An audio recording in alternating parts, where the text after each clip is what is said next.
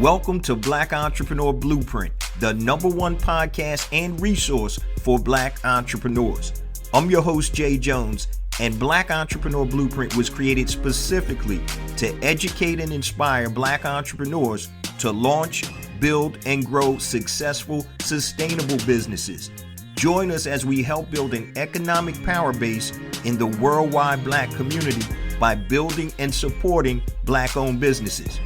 If you're currently an entrepreneur or want to be an entrepreneur, you're invited to join us each and every week here at Black Entrepreneur Blueprint. Welcome to the BEB family and get ready to elevate your entrepreneur IQ. Welcome to the Black Entrepreneur Blueprint, episode number 522. I'm your host, Jay Jones, and today we have another outstanding and informative show in store for you.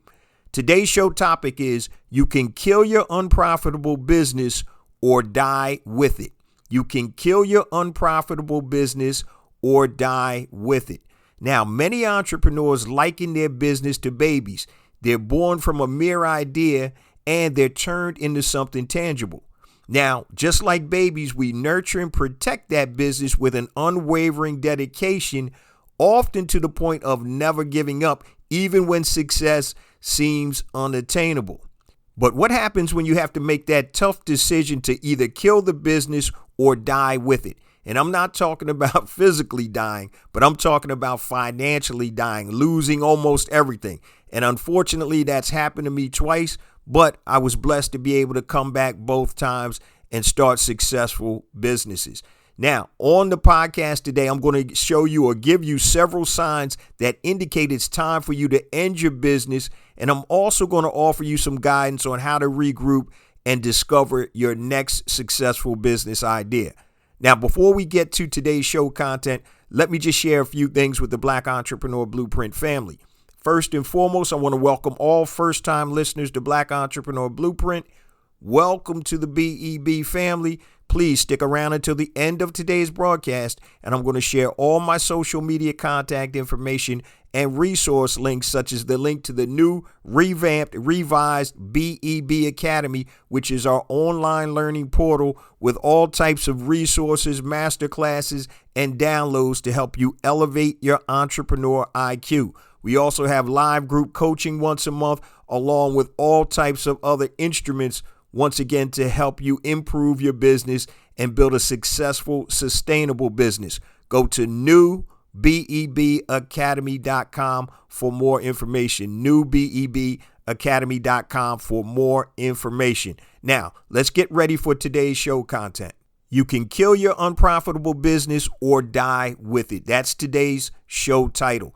Now, today I'm going to give you guys several signs that it may be time to kill your current business and to reimagine a new business. And I know this may sound like you don't even want to think about it, but sometimes, guys, you have to think about it.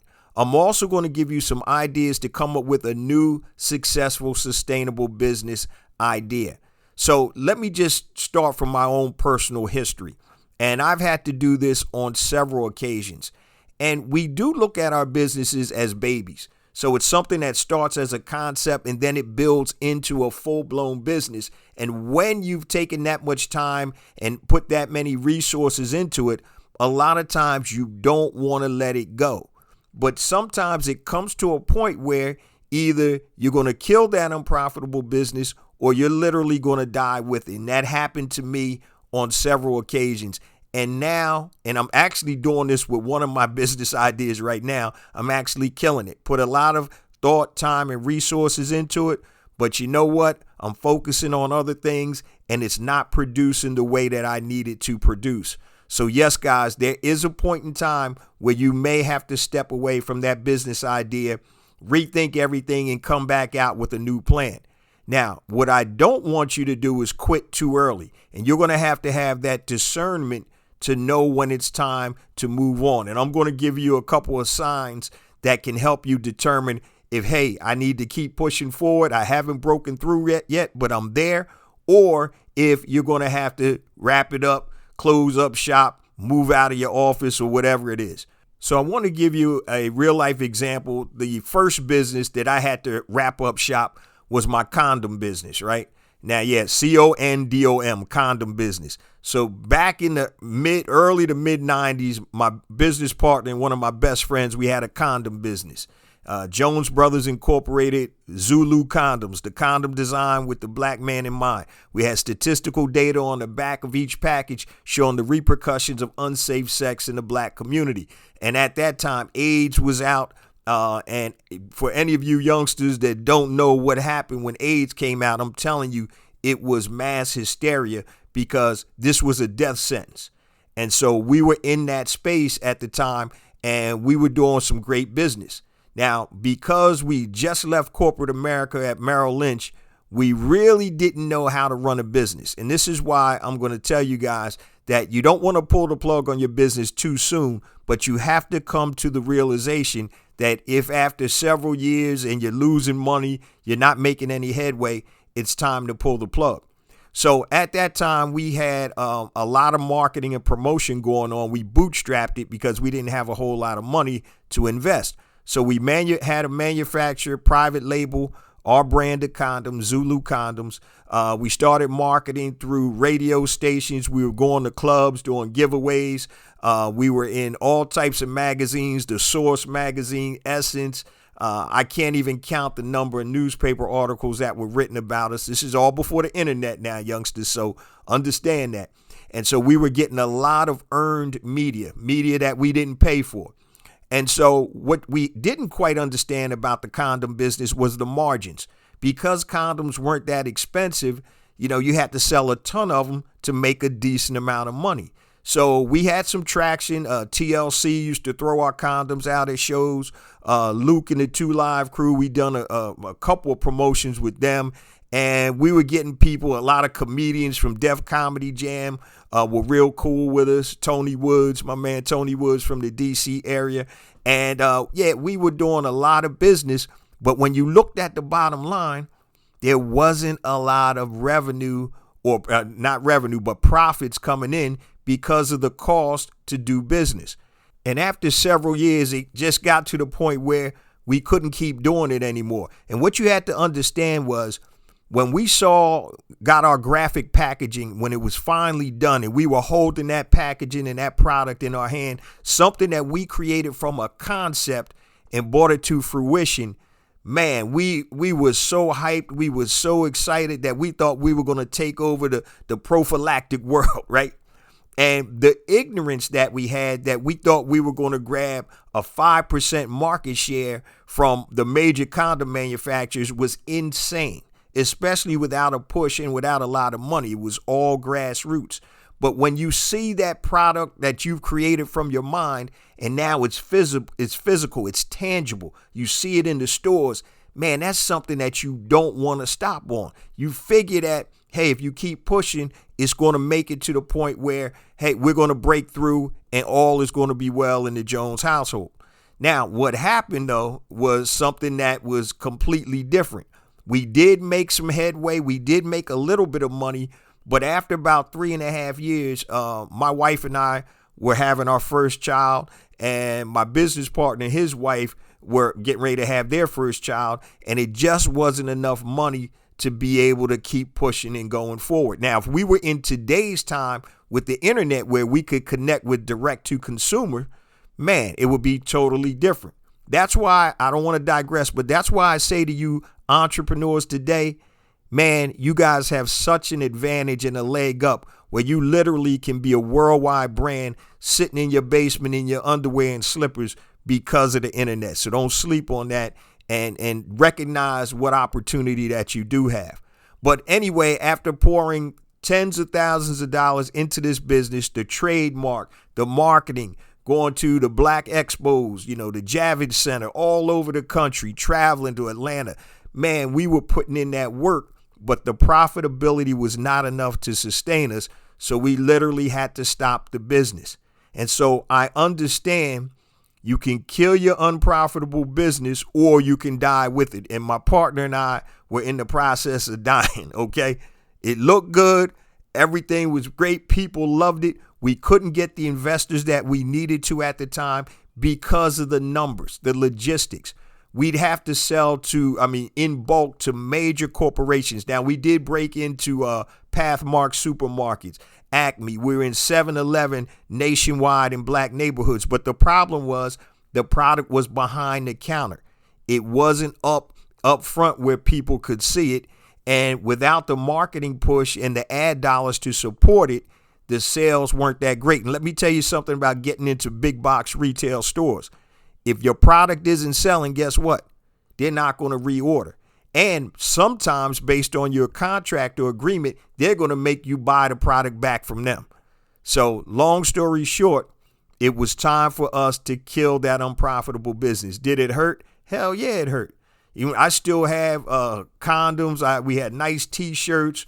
We had the hats with the zipper in the side with the condom in it. People were rocking that. We were selling a ton of merchandise, sweatshirts, hoodies. Man, we had it all. If you go in my closet right now, I still got a couple of hoodies in there that look nice. I don't know if I can fit them from 1992 to 96 per se, but we loved the concept. We loved the idea. It just wasn't working. And we had to come to that realization that, it's time to move on. Now, what we didn't do was quit as entrepreneurs overall. We decided to go separate ways, and I went on to have some decent or major successes. My partner had some successes. And if you've listened to the show for any period of time, you've known I've also had some major setbacks and failures. I've almost lost it all twice, but I was blessed to be able to come back and build successful multi-million-dollar businesses after that. So that's part of the process. So what we're talking about today, guys, is you can kill your unprofitable business or die with it. And the reason that we pulled the plug was from the pressure from our wives, because we knew that we could actually eat peanut butter and jelly for a couple years to build the business. But you have to take into account the people that you're affecting, your partners, be it your spouse, wife, husband, partner, whatever it is. And so it just wasn't working at that time for us. So that's why we had to eventually pull the plug. Was it hard? Hell yeah. We held on as long as we possibly could. And then it just got to be too much. With kids coming, you have more responsibilities. We had both just bought our first homes. And so everything was coming at us like quick, fast, and in a hurry. And we had to be able to adjust to what was going on in our life. So first, let's talk about some of the signs that you need to look for that may indicate that you need to kill your business. And then we're going to talk about how to find another business idea. So the first sign is you're not making enough money and you're getting deeper in the hole. So most people, when they start businesses, have a cash stashed away. If you're smart or if you're able to do it, you'll have a little bit of cash stashed away. And then when you start running through that, that's when the blood pressure starts going up. You're like, I'm not making money. I blew through my cash reserves. What's going on now? So the sign number one, you're not making enough money and you're getting deeper in the hole. Now, that is to be expected for most businesses. You're not going to start out profitable, but you just have to understand what your level of tolerance is in terms of that. Okay, so if you've been in a business for 2, 3, 4 years and you literally are not making any money, that's probably a sign that you need to pivot or kill that business and start something else. Another sign is, number 2, no fulfillment or not happy with what you're doing. And sometimes as entrepreneurs, we actually create that. So I created a business that I couldn't stand going to. So I had an ADT alarm dealership years ago. I had 2 offices, one in West Philly and one in South Jersey over in Camden.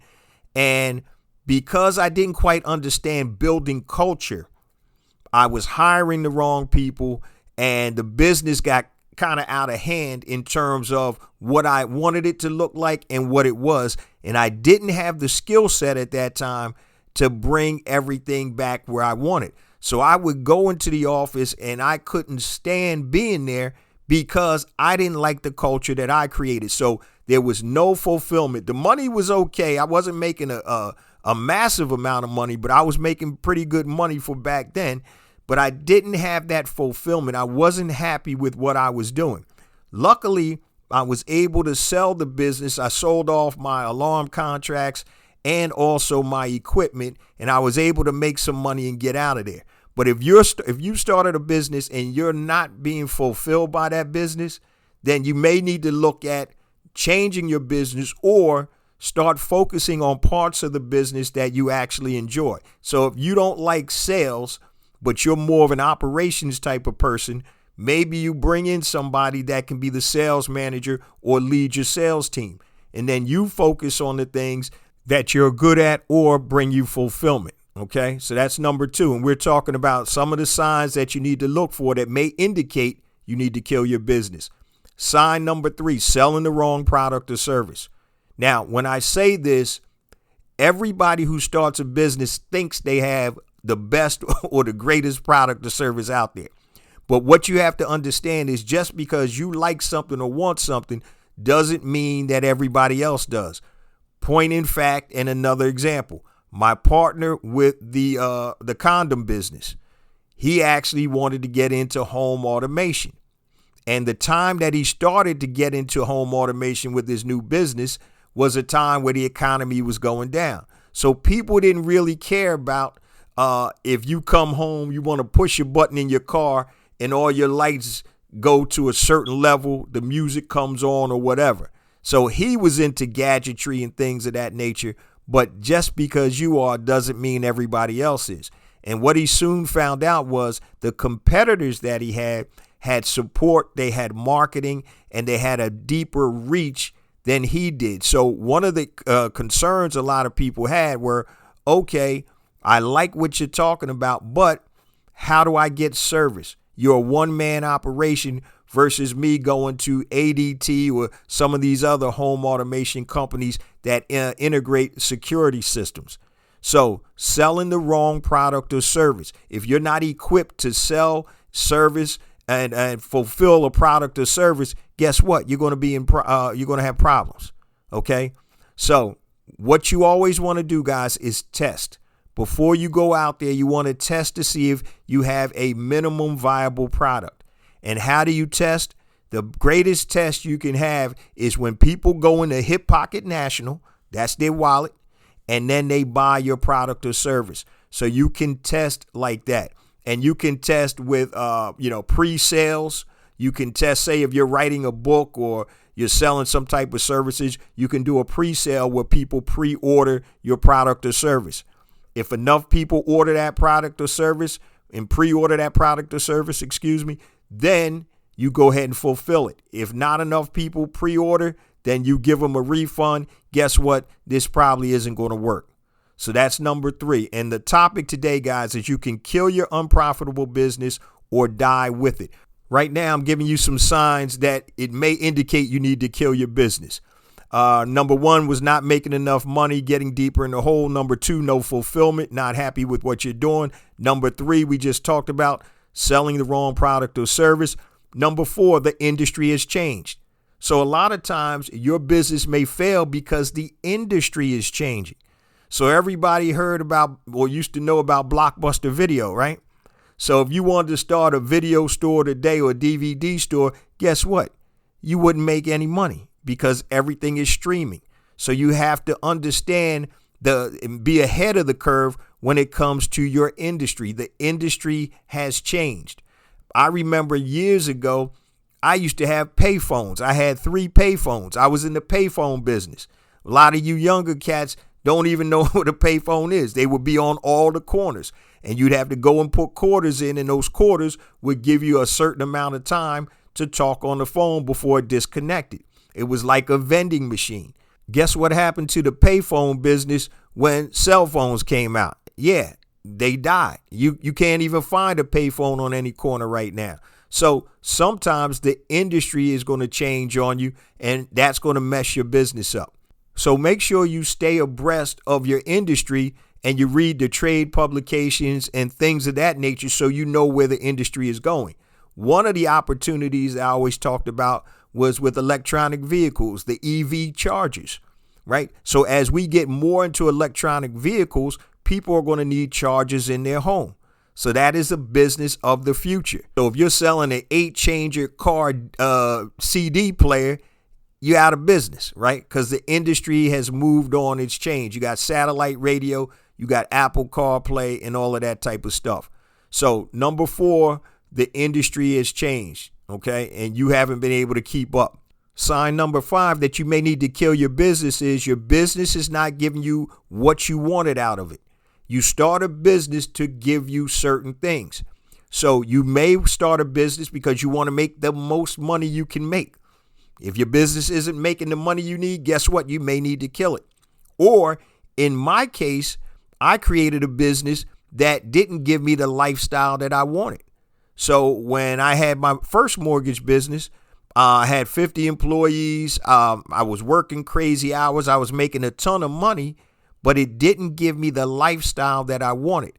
And the advice that I give all of my coaching students is you want to build your business around your lifestyle, not your lifestyle around your business. My business in the mortgage company, my first one, was to a point where it consumed me. I was on vacation. I'm on the phone constantly. My wife and kids are like, yo, can you get off the phone? But when you're running an operation of that magnitude, not that it was super huge, but I had 50 employees, millions of dollars in revenues, it was important that I had to stay in touch and make sure that the business was running correctly. Now, once again, I wasn't getting everything that I wanted out of the business. Now, fast forward to my new mortgage company. My new mortgage company is a streamlined mortgage company. The only employee, guess what, is me, and I have some virtual assistants. So now I'm more focused on marketing and generating great qualified leads and closing loans, and I have a processor and I have a virtual assistant, and now I'm able to do what I want when I want, still make great money in the mortgage business, and still have that freedom and flexibility. So if your business isn't giving you what you want out of it, you may need to make some tweaks or adjustments, or guess what? You may be in an industry that's not conducive for giving you what you want out of it. For example, if you are a coach that does one-on-one coaching, and basically the only time you make money is by doing your coaching sessions, if one of your goals is to be or have freedom, guess what? You're not going to have that type of freedom and flexibility because of the function of your business. You're getting paid for your hours. So once again, if the business isn't giving you what you want, then you may need to look at closing that business and starting something else. Now, number 6, and there are more than this, but these are my top 6. Your business is not aligned with your lifestyle. And that's what I mentioned a little bit earlier. Your business is not aligned with your lifestyle design. You want to build your business around your lifestyle, not your lifestyle around your business. And what happens is many times as new entrepreneurs, we're so happy that we're making $1 that we don't even think about what's going to happen in the long run. Where's this business going? What is the trajectory? How much time do I have to spend? How many resources do I have to put in to keep this thing going? So this is something that I've done within the last couple of years. I've changed my whole philosophy. I just mentioned it about my mortgage business. My first mortgage business, I was in the office 12 hours a day, working 5 days a week, sometimes on Saturday. I come home, I get calls while I'm home from employees, from customers, from a whole bunch of people. I'm on vacation trying to go to Turks and Caicos. I remember this one because my wife was super pissed off because I told her, hey, my partner's got everything covered. I'm going to be pretty much free. And I swear, as soon as I touched down, there was an emergency. And it was like, damn, bro, you said that, blah, blah, blah. And I'm like, yeah, I know. So once again, your business or my business at that time wasn't aligned with my lifestyle. Now, if you listen to an episode I did about 3 or 4 weeks ago, I'm only working 4 days a week in the summertime, Monday through Thursday. Friday, I'm chilling. I don't care. If I don't have any plans, guess what? I'm going to either go to the park. I may go take a long vacation or a long weekend or whatever. It's more for me a lifestyle type of thing right now. I'm at the point in my career and my business where I'm trying to work smarter, not harder. And I'm trying to have more time to spend with my family and do the things and work on the things that are fulfilling to me. And that's what I talk about when I talk about the freedom equation. Cash flow plus passive income equals freedom. And that's what most people want. They want the income, and they also want the freedom to be able to do what they want, when they want, with who they want, without having to answer to anybody. So that's number 6. Your business is not aligned with your lifestyle design. So whatever you want your lifestyle to be, you need to design your business around that. If you want freedom and flexibility, then you're not going to be able to trade hours for dollars. You're going to have to set up some type of passive or semi-passive income, okay? Real estate, online courses, things of that nature that generate revenue for you without you having to be there. And today, guys, we're talking about you can kill your unprofitable business or die with it. We just talked about some of the signs that you look for that may indicate you need to kill your business. Now, let's talk about how to find another business idea or successful, sustainable business idea. And remember, guys, I've said this on many podcasts. You have to think of yourself as a mad scientist with a white lab coat on. All right. As entrepreneurs, we have to figure out the puzzle. Sometimes we don't even know the pieces until we get in there and start fiddling around with it. OK, so here's another way, or here's a couple of things that you can do, a couple of questions you can ask yourself about how to find another business idea. The number one most tried and true way, guys, is solving a problem. What problem can you solve? So even if you had a business that failed or businesses that failed, what did you become good at, and what problem or problems can you solve? If you work in corporate America, what problems do you solve in corporate America that can transition over into your own business? Solving a problem is the number one way to start a business. You already know there's people that have that problem. Your product or service is that solution, and you get paid for it. That's number one, solving a problem. Now, some people are going to say how to create another business idea is follow your passion. And I'm all for that, too. The best way, though, guys, is really to meld the two together. Solve a problem that's somewhere in your passion. So an example for me would be I'm an entrepreneur by heart. I love teaching entrepreneurship. And so my online courses for Black Entrepreneur Blueprint help solve a problem. I'm taking people from point A to point B. Pinpoint and monetize your genius. That's a perfect example. People don't know how to find a business to start. They don't know where to start. The best place is your genius, which is the intersection of your passion and your talent. And I'm going to break it down super simple.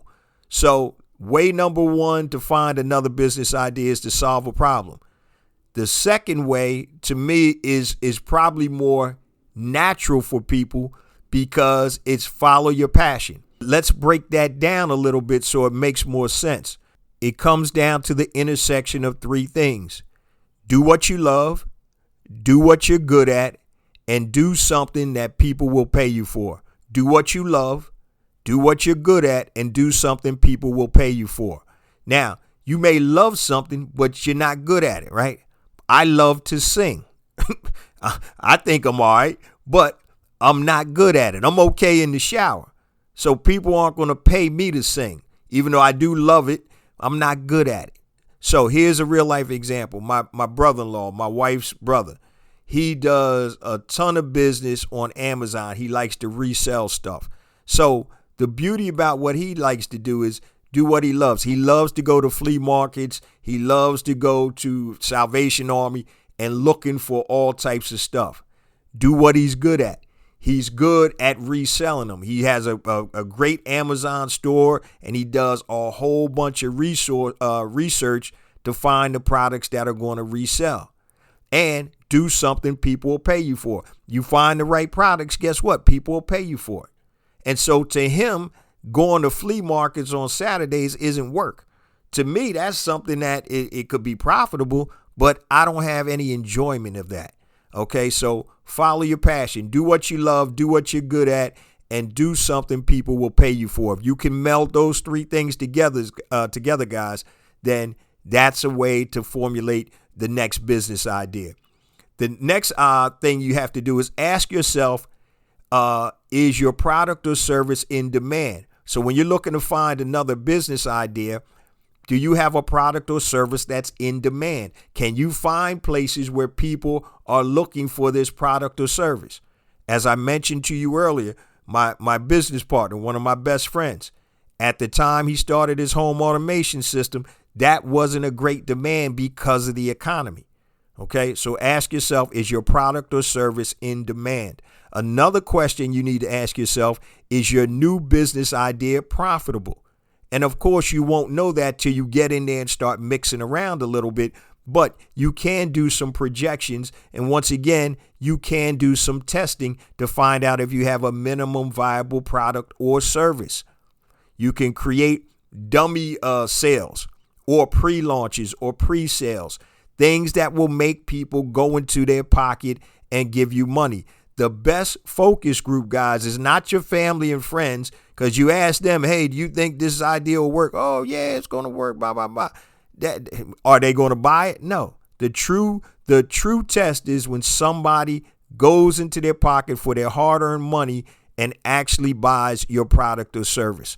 Okay, so is your new business idea profitable? And what you have to understand when it comes to profitability is, what is the cost to sell your product or service to get in front of the people that you need to get in front of? And what is the net profit? So you may sell a physical product for $50, but if it costs you $49 to get a sale, to convert a sale, that means you're only making $1.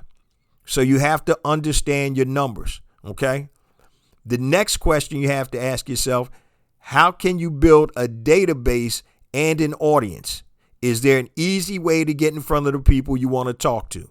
How do you build a database and an audience? Is there an easy way to get in front of the people you want to talk to? So, for example, if you are a fitness trainer and you happen to join a Facebook group of people that want to lose weight, that's a very simple and easy way to get in front of the audience that you need to talk to, right? So think about, are there ways that are already built in, or avenues that are already built in that you can plug yourself into to get in front of that audience, okay? So my audience is entrepreneurs, specifically Black entrepreneurs. So there's a whole bunch of Black Chamber of Commerce groups out there. There's a whole bunch of Black entrepreneur groups in Facebook, and they're all over the place. So I have an audience that I know I can tap into if I want to pay for advertising, or if I need to go to a platform and start marketing my products or services, or just giving some input, some tips, and giving people advice. That's a way that you can tap into that audience. Sometimes our audience is so minuscule that it may not even be worthwhile to try to start a business.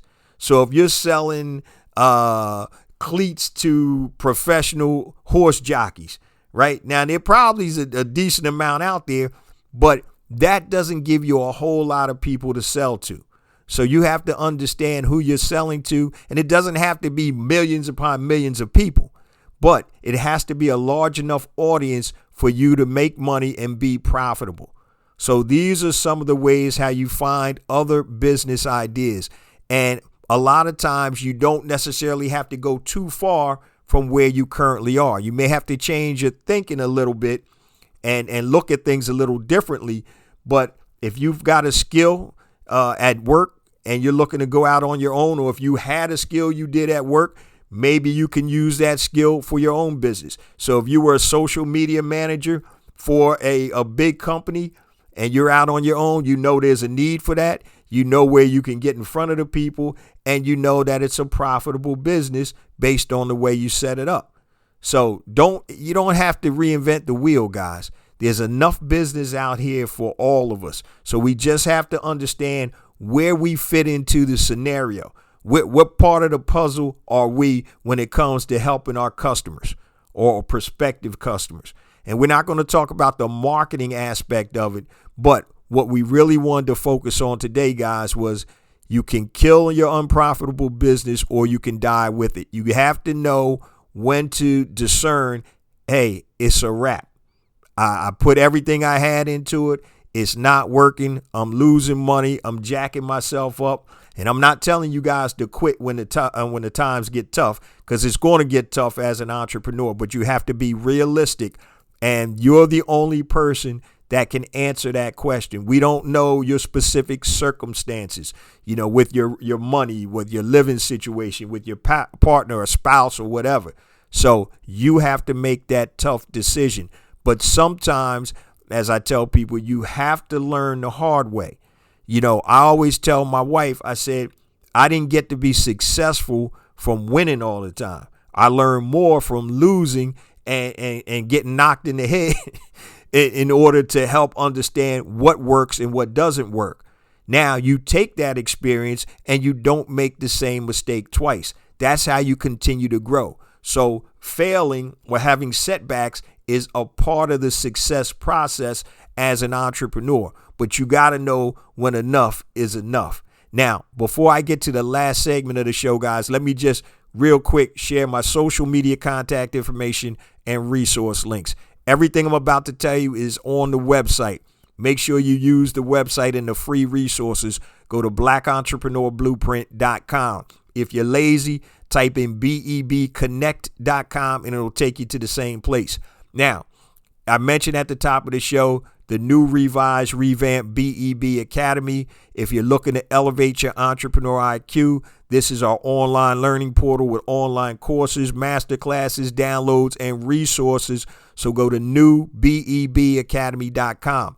Now, if you want to connect with me, guys, anything long, hit me on my email, jjones@blackentrepreneurblueprint.com, JAYJONES@blackentrepreneurblueprint.com, Facebook, Black Entrepreneur Blueprint, Instagram, I have 2 IG accounts. The first one is J Jones for Real, JAYJONES, the number 4, REAL. Second one is Black Entrepreneur Blueprint. Twitter, you can hit me there, JJones001, JAYJONES001.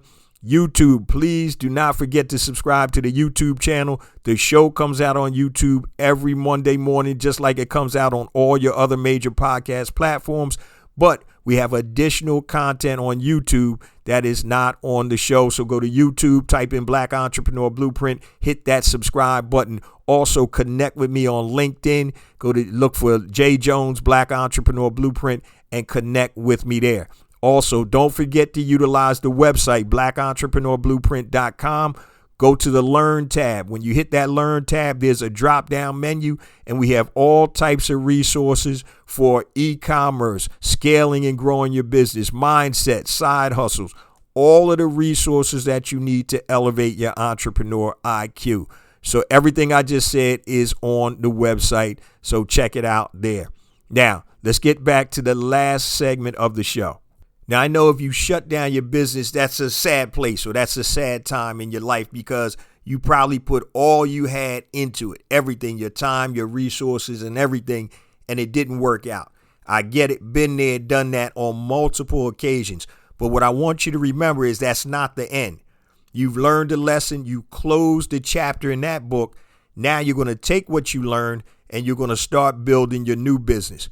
All the mistakes that you made before, if you're smart, you're not going to make them again. And that's what's called entrepreneurial growth. Now, civilians are people I classified that are not entrepreneurs and have no idea or don't even care about being one. When you deal with civilians, obviously you have to understand the mindset is totally different. So you can't necessarily listen to civilians all the time, because even it could be your wife, your spouse, your partner, whatever, because if they don't have that mindset, they're not going to understand what you're going through as an entrepreneur.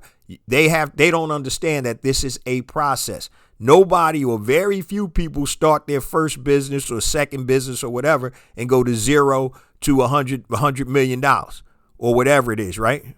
It's a process. So you want to surround yourself with other like-minded people that are in that process also. So if you have a group of friends that are entrepreneurs, you guys can talk about things that civilians may not understand. If you don't have a group of friends, find a group. You know, they got meetups all over the place. You can go online, join a mastermind, coaching program, whatever it may be. but you need to align yourself with like-minded people.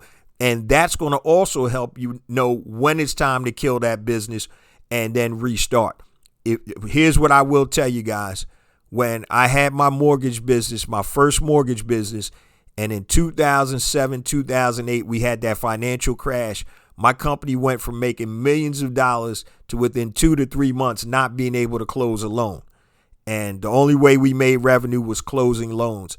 And so we had to we went through all our cash reserves, paying 50 employees and all that stuff. Then we went into our own personal pockets and dealt out. I probably dealt out over $100,000 personally, each of myself and my two partners, to keep the business afloat, thinking that this was going to be a bump in the road. Then finally one day I come home and I'm talking to my wife. I'm frustrated. You know, it's an unprecedented time. And it's like, damn, the economy is going to hell. And I was like, man, I gotta make sure my employees are good. She looked at me and said, yo, what about us? We're over here dying. And I knew it, but she never communicated that to me before. You know, the accounts are getting dried up. You know, I'm taking money out of my personal account to try to keep the business afloat. And finally, I had to come to the realization, and me and my two partners, we sat down and we were all at the same point. We don't know what to do, but guess what? This ain't it, okay? Keep going deeper and deeper in the hole. And so we ended up getting out of the business. And we got into, you know, different things. Each of us went our own separate ways. But fast forward, you know, 12, 14 years later, whatever, I'm back in the business. You know, I have a different perspective. I'm not trying to build a crazy large company. I want to keep it lean and mean and be super profitable. So that's why you have to understand sometimes you're going to have to kill that thing that you built. It's not worthwhile anymore. It's run its course, or guess what? It never even got started on its course. So I know you have a concept of building a business, but trust me, it's part of the process. Their most successful entrepreneurs have closed down more than one business. My hand is raised right now. If you can see me, I've closed down multiple businesses. The beautiful thing is about entrepreneurs is we understand that it's a process. We also understand that you can set up or create business ideas, and I call them collapsible businesses. Businesses that you can start and try, and guess what? If it doesn't work, you shut it down instantaneously. I started a business years ago. It was like a call center business. So all I did was I had VoIP phones. People had laptops. I was selling a product. I said, I'm going to try this for a couple of months. I had the outside sales reps. I could track all the calls. And I'm sorry, not outside, inside sales reps. It was a phone. Basically, it was a virtual phone room. And I was selling a product, and it started out okay. Then it started to die down. And I said, you know what? It's a wrap. I don't have any physical office I need to shut down. All I have to do is tell my salespeople, hey, it's not going to work. Bop. You know what? You can keep the phones, whatever. And that was it, a collapsible business. So a lot of times when I talk about testing, you don't want to go all in to test your new business concept or product or service. You want to get a minimum viable product or service and test that way. If you get positive results, then you start to move forward, with caution. Don't go, excuse the French, balls to the wall. You got to move forward with caution and be sensible about it. But recognize and understand this, guys. Most successful entrepreneurs have failed in at least one or more businesses. Yours truly right here failed. Out of my 17 or 18 businesses I started, guys, probably 5 of them were abject failures. 5 out of 17, 18, whatever. That's over what? 18% or whatever, something like that. But I kept going and I kept learning. And that is the key. All right. You have to continue to move forward.